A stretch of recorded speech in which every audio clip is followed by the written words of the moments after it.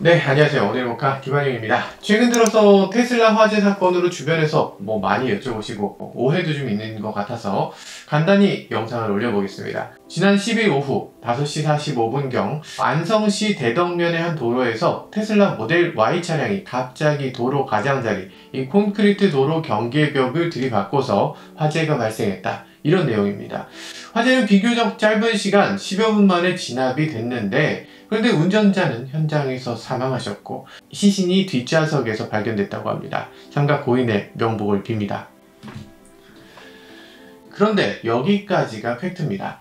여기서 한마디라도 더 나오면 그건 상상력의 영역이죠. 사실이 아닌 걸 사실로 포장한다거나 아니면 진실인 것처럼 얘기하면 안 되겠죠. 그러면 그 이후의 내용들을 한번 살펴보도록 하겠습니다. 경찰의 관계자는 운전자가 차량 앞쪽에서 불이 나자 뒷좌석으로 이동해서 문을 열려고 하다가 변을 당한 것으로 보인다. 이렇게 말했다고 합니다. 다른 언론사에선 이렇게까지 얘기합니다. 경찰은 차량 잠금 장치 등 운전자가 탈출에 실패한 원인에 초점을 맞춰 수사를 벌일 전망이다.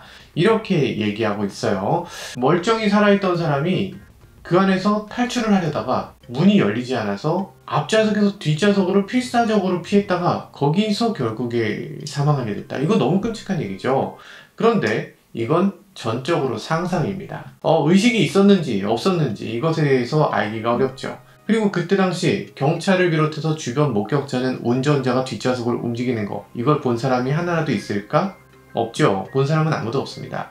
경찰은 화재가 어느 정도 진압되고 나서야 현장에 도착했습니다. 자, 그러면 왜 경찰은 뒷좌석으로 이동을 했다고 생각했을까? 경찰은 아마도 이 테슬라의 도어 스위치가 전동이기 때문에 이 운전자가 도어를 열지 못했고, 그렇기 때문에 빠져나오지 못해서 그래서 뒷좌석으로까지 갔을 것이다. 이렇게 상상했던 거겠죠. 그러면서도 이 경찰관은 얘기합니다. A씨가 대피하지 못한 이유 역시 더 살펴봐야 한다 라면서 국립과학수사연구원에 차량 잠금 장치 등 분석을 의뢰할 예정이라고 합니다. 그러니까 아직 잘 모른다는 얘기죠. 그러면 내용도 모르고 아직 국과수의 결과가 나오지도 않았는데 어떤 경찰이 어떤 기자에게 왜 굳이 이런 얘기를 했는가, 이게 너무 궁금하고, 그리고 기자는 경찰 관계자가 사건 브리핑을 한다거나 기자들에게 공식적으로 말한 것도 아닌데, 그런데 반대 의견 하나도 없이 이렇게 경찰 한 명의 추정을 마치 사실인 것처럼 쓰는 거, 요거 잘못이 아닌가 하는 생각이 듭니다. 게다가 이번에도 그 유명한 교수님이 등장합니다. 전기차 협회장께서 한마디 하셨는데, 테슬라는 전원이 나가면 뒷좌석에서 문을 열 수 없다, 이렇게 말씀을 하셨어요. 언론은 이번에도 아무것도 모르면서 역시나 테슬라 사고에 대해서 이 승리하기처럼 물어뜯는 그런 상황이 되고 있는데, 누가 더 자극적으로 쓸 수 있나, 이런 것을 경쟁이라도 하듯이 제목을 엄청나게 자극적으로 쓰고 있습니다. 자, 그러면 여러 가지 사례들이 있는데 우리는 이 사고를 조금만 이성적으로 살펴보도록 하죠. 자, 제가 드리는 말씀은요, 다 영상만으로 보는 유추입니다. 결과만으로 보는 거고 실제로 사실 그 자체가 아니에요. 진실은 나중에 국과수 결과가 나와야만 알 수 있을 겁니다. 그러면 그때까지 기다리지 그랬냐 라고 할 수 있는데, 국과수 결과가 나오는데 최소 1개월, 길면 6개월도 걸리는 일입니다. 그래서 보통은 이렇게 왜곡된 내용으로 사람들의 공포심을 각인시키고 그러고 나서 국과수 결과가 나오면 그 결과는 그냥 묻혀버리는 게 일반적입니다. 그래서 저도 부득이 이렇게 무르익지 않은 상태에서 정보를 드릴 수밖에 없는 거, 이거 양해 부탁드려요. 네, 일단 현장 상황을 조금 더 자세히 보실 필요가 있습니다. 영상 많이 올라와 있으니까 이거 보시면 되는데요. 사고 난 지점은 바로 요 부근입니다. 도로 경계벽이라는 건 보통 이렇게 쭉 이어져 있죠. 이 경계벽이 쭉 이어져 있는데 여기서 가장 중요한 건 뭐다? 이 중간이 끊어져 있으면 안 돼요. 끊어져 있으면 요 끊어져 있는 부분에 자동차 사고가 났을 때 그 파급이 너무나 큽니다. 너무나 위험해요. 경계벽이 없는 것보다 훨씬 위험해집니다. 그렇기 때문에 경계벽이 시작되는 지점에는 여러 가지 장치들을 하게 되는데, 이 경계벽이 가장자리로 밀려 나와서, 그래서 이 가장자리를 들이받았을 때 경계벽 안쪽으로 밀려오게 하는 이런 빗면 같은 것들을 만들어 놔야 됩니다. 이 바리케이드를 들이받아도 바리케이드 시작점에서 들이받으면 이건 전혀 다른 얘기가 됩니다. 도로 안쪽으로 튕겨 들어오기는커녕 자동차가 달려오는 에너지 그대로를 충격으로 받게 돼 있어요. 정말 안타깝게도 이 지점이 하필이면 이곳이 공사 현장입니다. 도로 경계벽이 막 시작되는 그 지점인 거죠. 이런 사고는 상당한 충격을 받을 수 수밖에 없는데 참 안타깝습니다. 또 다른 사고와 구분되는 특징이 있습니다. 일반적인 사고는 앞에 장애물이 있다거나 하면 운전자가 제동장치를 밟게 돼 있어요. 브레이크를 밟고 스키드 마크가 나면서 그러면서 사고가 나는 게 일반적이죠. 아니면 앞에 장애물이 있을 때 핸들을 돌리거나 해서 차가 스피나거나 차가 미끄러지면서 사고가 나는 경우가 많습니다. 어떤 경우든 운전자가 사고 위협을 느꼈다면 차는 어느 정도 감속이 되기 마련이에요. 실제 주행 속도는 시속 80km로 주행하고 100km로 주행하지만 일반적인 충돌 테스트는 60km에서 하는 이유가 바로 그런 것 때문입니다. 그런데 지금 이 사고는 일반적인 사고 상황이 아니죠. 달리던 속도 그대로 도로를 벗어난 겁니다. 그러면서 콘크리트를 들이받은 걸로 보여져요. 이 앞에 스키드 마크도 전혀 없는 걸 봤을 때 달리던 속도에서 전혀 감속하지 못한 걸로 보여집니다. 충돌했을 때 속도가 어느 정도였는지 이것에 대해서는 아직 명확하게 밝혀지진 않았지만 가장 가혹하다는 IIHS 스몰 오버랩 충돌 테스트, 이게 시속 64km에서 시행되거든요. 근데 그때보다 훨씬 더 빠른 속도, 훨씬 더 강한 충격을 받았을 것으로 보입니다. 그리고 충돌 지점도 아주 안 좋습니다. 일반적으로 벽에 충돌했을 때에 비해서 이렇게 좁은 영역에서 충돌했을 때 자동차의 앞부분에서 이 분산해서 받을 수 있는 충격 에너지가 제한되기 때문에 이 작은 영역에서 충격을 받게 되면 자동차 전체에 구조적으로 훨씬 더 큰 손상을 입게 됩니다. 자, 그래서 실제로 일어난 사고 현장을 보면요, 이 3개 정도의 플라스틱 벽은 밀려났고 충돌 지점에 이 콘크리트 벽이 완전히 깨져나간 것을 볼 수 있는 정도, 이 정도의 충격을 받았네요. 그리고 지금 테슬라의 앞바퀴 부분으로 보이는데 바퀴가 다 떨어져 나왔습니다. 앞바퀴 로어암, 어퍼암이 다 부러졌고요. 그리고 이 드라이브 샤프트도 충격적인데 이 드라이브 샤프트가 빠져나오는 게 아니고 중간이 절단되어 있습니다. 그리고 무엇보다 배터리팩, 테슬라 배터리팩이 차체의 가운데 있죠. 앞부분 전체가 다 부서지고 나면 그때부터 배터리팩이 시작되는데 지금 이 차는 앞부분 전체가 다 들이받고 배터리팩까지 다 부서졌어요. 그래서 지금 바닥을 보면 테슬라의 원통형 배터리 셀들이 다 터져 나왔죠. 엄청난 충격이었다는 걸 알 수 있는데요. 그나마 배터리 셀이 지금 일부가 손상되면서 불이 붙었을 텐데 이 손상된 배터리 셀들이 다 분해되면서 이웃 배터리 셀로 이 화재를 전이시키지 않아서 그래서 화재가 크게 번지지 않고 10분 만에 꺼졌다는 걸 알 수 있습니다. 그러면 이런 사고에서 운전자가 생존할 가능성은 얼마나 될까? 이 고속화도로에서 이렇게 빠른 속도로 주행하면서 이렇게 좁은 콘크리트 도로를 들이받았을 때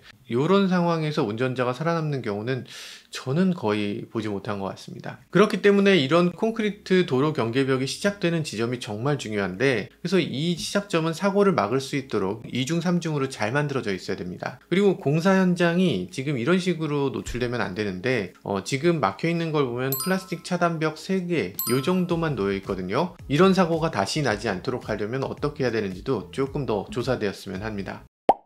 그리고 사고 영상을 조금 더 보면요, 여기서 눈에 띄는 게 있습니다. 이런 사고가 나면 일반적으로 전기차든 그렇지 않은 차든 12V 배터리가 고장나고 차의 전원이 사라지게 됩니다. 가솔린차나 내연기관이나 할 거 없이 플러시 타입 도어를 열 수 없는 상황이 생긴다 라고 얘기하는 게 그런 이유에서요.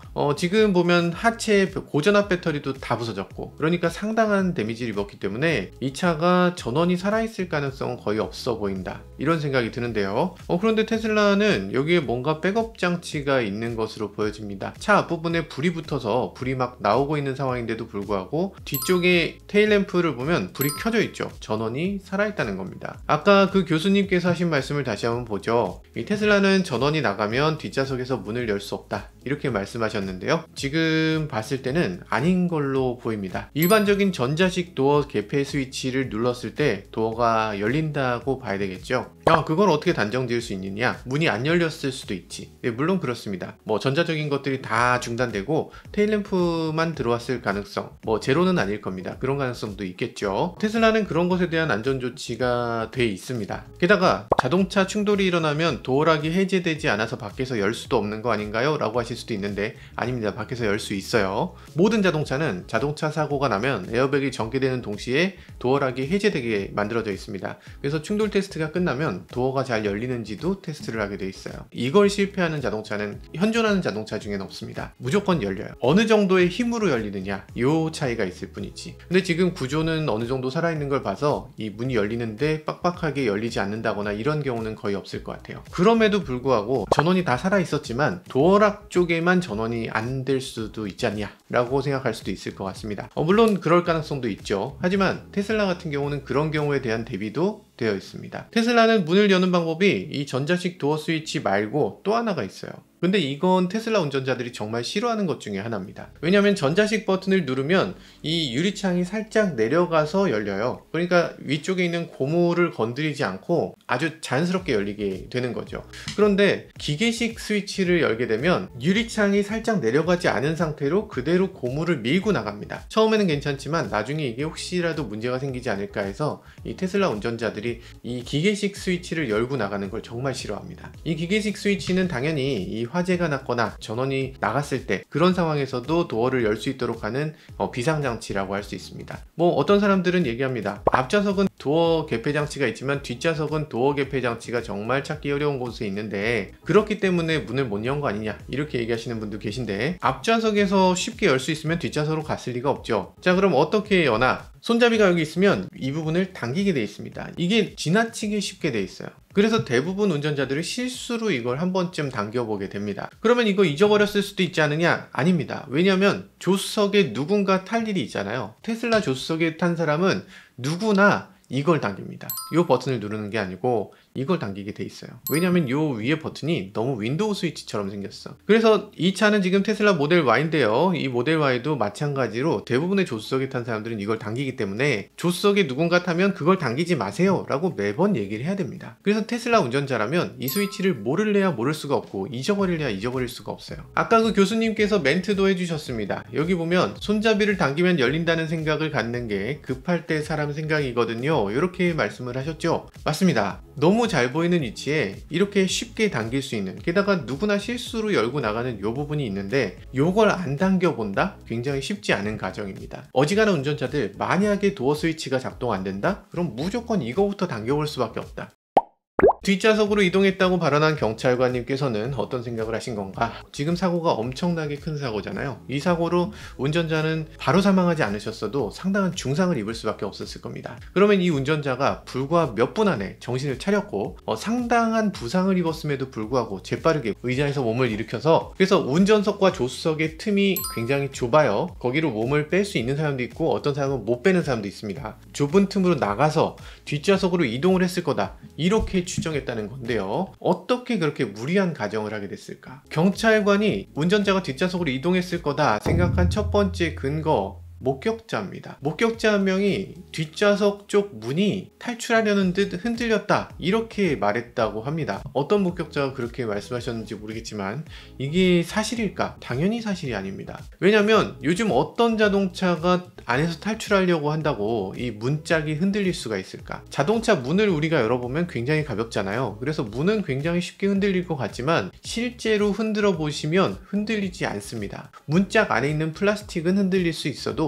이 문짝은 흔들려지질 않아요. 요즘 자동차 도어는 어떤 역할을 해야 됩니까? 측면에서 2톤짜리 SUV가 들이받는 거, 그거 시속 60km로 그대로 들이받아도 막아낼 수 있도록 만들어야만 합니다. 지금의 도어는 그 도어 스위치가 잘못돼서 도어가 흔들린다, 도어 스위치가 잘못해서 안으로 밀고 들어간다, 이런 것들은 있을 수가 없는, 상상할 수 없는 일입니다. 모든 자동차를 만들면 가장 먼저 하는 게 그 충돌 테스트이기 때문에 도어 자체가 차에 물려있는 건 완벽에 가깝도록 차에 물리도록 설계되어 있습니다. 그런데 사람 손으로 안에서 흔들었다고 도어가 밖에서 흔들리는 것이 보였다, 무슨 한옥 방문 같은 것도 아니고 차 안에서 실제로 발로 차더라도 밖에서 볼 때는 문짝이 꿈쩍도 안 하는 걸로 보이게 됩니다. 그러면 두 번째 근거, 경찰은 왜 운전자가 뒤로 갔다고 생각한 걸까? 스스로 뒤로 가지 않고서는 뒤로 이동할 수 없을 것이라고 경찰관이 생각한 겁니다. 그런데 사실이 아닙니다. 이번같이 큰 사고가 나면 운전자가 뒷좌석에서 발견되는 일이 종종 있습니다. 이런 사건은 여러 번 있었기 때문에 저도 몇 번 기억하는데, 가장 최근에 있었던 일은 불과 한 달 전 기사입니다. 스포티지가 가로수를 들이받은 사고인데요. 사고 직후 조수석에서 1명, 뒷좌석에서 1명이 발견됐습니다. 운전석에서 한국에선 아무도 타고 있지 않았던 것으로 나타났는데 대체 운전자가 누구였나? 이것에 대해서 국과수가 조사했는데요. 국과수 조사 결과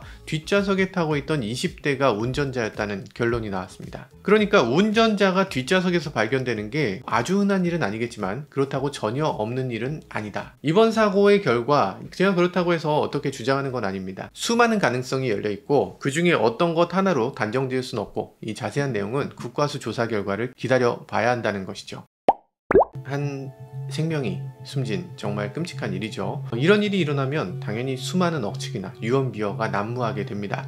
이럴수록 경찰이라든지 공공기관은 발언 한마디 한마디에 무게감을 갖고 좀 더 신중하게 발언해야 되겠죠. 언론들도 이런 발언에 대해서 명확하게 적어야 하고요. 그리고 반대 의견에 대해서도 균형 있게 실어줘야 비로소 책임있는 보도라고 할 수 있을 겁니다. 중심을 잡아줘야 되는 여러분들께서 근거 없는 괴담으로 오히려 국민들의 불안감만 가중시키는 건 아닌지, 오히려 사건을 가십거리 삼아서 돌아가신 분의 명예까지 실추시키고 있는 건 아닌지 돌이켜보셨으면 합니다.